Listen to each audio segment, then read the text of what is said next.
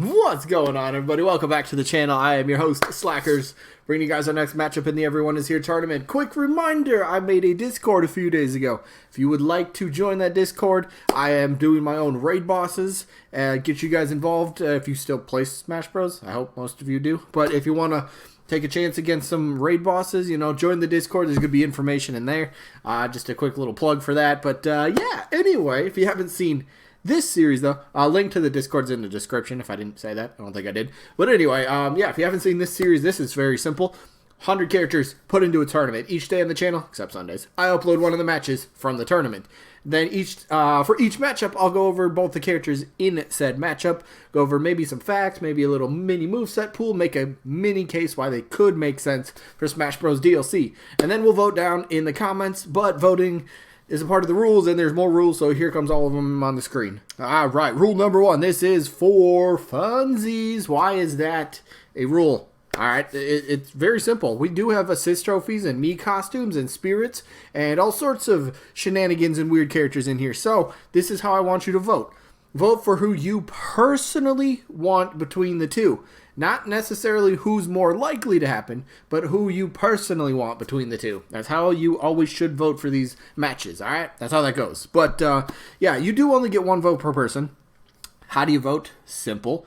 Down in the comment section, you type the name of the character that you were voting for the day. If you happen to like both the characters or you're having a difficult time deciding who to vote for, you are 100% allowed to vote for both characters. All is good with that. So yeah, those are a few of the rules of the last couple, though. This is a double elimination tournament, meaning a character has to lose twice before being officially eliminated. If we ever end up, once we get to the results, I should say, and there happens to be a tie, wink wink, I'll flip a coin on camera. Just the fairest way to break a tie, in terms of number of votes that come in. And then each matchup, voting-wise, only lasts for 1 week. So once the matchup gets uploaded, you have 7 days to get your votes in. If they come in after that, well, they just don't count. Simple as that. All right, those are the rules. Let's get to the rest of the video, shall we? Wink, wink, indeed, right? All right, who did anybody listen to the rules? Probably not. Anyway, wink, wink, what does that mean? Well, I mentioned wink, wink in terms, I gotta stop saying that. I mentioned it in terms of, well, if there's ever a tie, and guess what? It was on the screen the whole time. We have a tie today. Yes, we actually had a tie. I was so surprised with this. I honestly didn't know why, but okay, so let me, the results for last week, let's zoom in a little bit, where are we at? The results for last week's matchup, again, loser bracket, somebody's getting eliminated in just a few seconds, but the results, Dixie Kong and My Sure and I, they both tied with 38 votes. I counted twice, just to double check, 38, it's a tie. So what do? We go to a coin flip. So, yeah, just real quick, I was so surprised. Like, there's so many people saying justice for Mai, and Mai needs to be avenged, and blah, blah, blah. And so I was a little surprised with that. Nothing against Mai herself. She's a fantastic character. But I guess I was just expecting Dixie to win. That's why you can never expect anything. So here's how the tiebreaker works if you've never seen it. Simple stuff. There is a flip again button. I'm going to click it one time. Either the coin will stay at heads, or it will flip over to tails. And you'll be able to know, I'll probably zoom in on this, on the timestamp. The timestamp will change if it were to stay on heads. The timestamp will change for sure, so you know I flipped the coin. Dixie Kong is heads. Mai is tails. Plain and simple, those are the rules. So, on the count of 3, or backwards count of 3, I will flip heads Dixie, tails Mai. Whoever it lands on gets 1 extra vote and moves on. The other one gets eliminated. Sorry that has to happen, but it does. So here we go. Ready? 3, 2, 1, flip. Timestamp changed, and it stayed at heads. I probably zoomed in on that so you guys can see it, but there you go. Heads was Dixie Kong. Dixie Kong ends up getting 1 extra vote due to the tiebreaker. Dixie Kong wins it by 1 freaking vote. 1 vote on a tiebreaker. That's like the second time in the last week or so it's happened, so crazy stuff. Dixie advances, luckily, we'll say, and Mai ends up getting eliminated, unfortunately, but it happens, all right? Anyway, that's the results. We're just going to move straight to the matchup for the day. So, the matchup. We have an interesting match today. What are we at? Mach Rider. Yes, Mach Rider from the Mach Rider series, or game. How many games are in that series? I think it's just 1, right? I don't know. But Mach Rider's taking on Sceptile from the Pokemon series. So let's jump into it. So I think Mach Rider's up first. Now, Mach Rider's an interesting character. Has been, was that the Yeah, Mach Rider. I'm pretty sure Mach Rider was the character that was considered for Smash Melee. Keep in mind, Sakurai did think about putting this character. Mainly, I remember the reasoning was like Sakurai found the character to be a bit funny, and I think at the time Mach Rider was like, I think it was early planning stages, but I think Mach Rider is supposed to be some sort of clone of Captain Falcon at the time. I mean, they have the same sort of body frame and hitbox and that sort of thing. So it was like, all right, I guess I could see that happening, right? And back then, did you necessarily have to have the same hitbox and stuff to be a clone back in those days? I don't know. I mean, Ganondorf was a lot heavier than whatever, but Mach Rider was considered, so interesting note. So why was Mach Rider considered? Like I said, Sakurai found the character actually to be quite funny, and that's the reason. But ultimately, Sakurai couldn't get the character to work.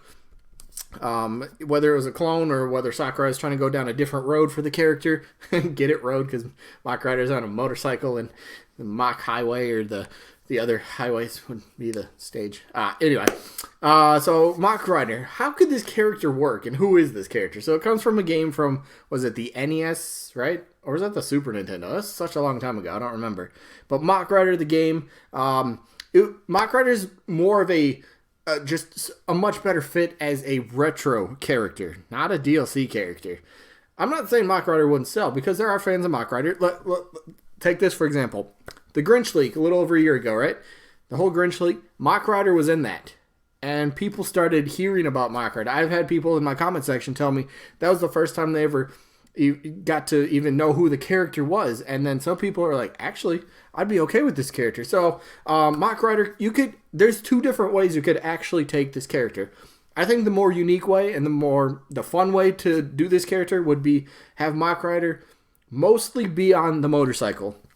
Now you're like, how's that going to work? Now, it's going to be a little kind of similar, the same thought bubble as Bowser Jr. in the Koopa Clown car thing, all right? So he's going to be in a vehicle most of the time, I'd say.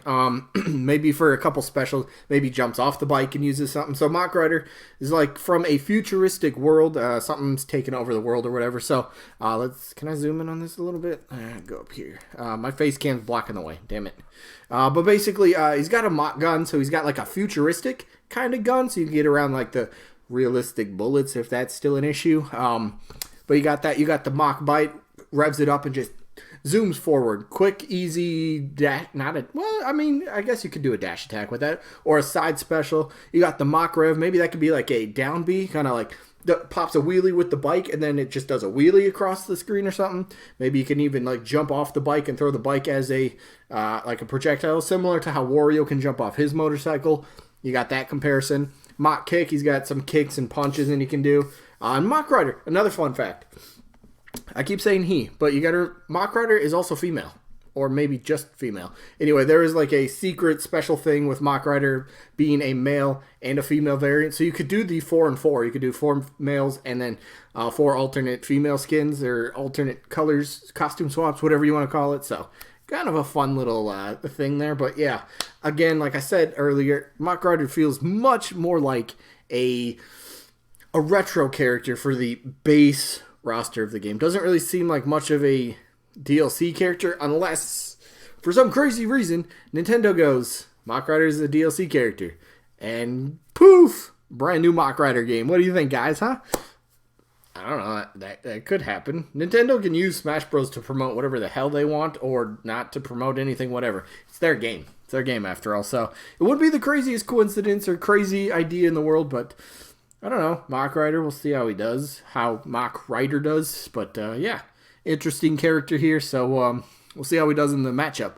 But Mach Rider does have an opponent who I can't say has a better chance, though, but does have a pretty decent fan base when it comes to the Smash community. Sceptile from Pokemon, right? So, Sceptile. The biggest point going forward for Sceptile would be we still don't have that final form grass starter, right? The community's been asking for that for quite a long time, and we still don't have it.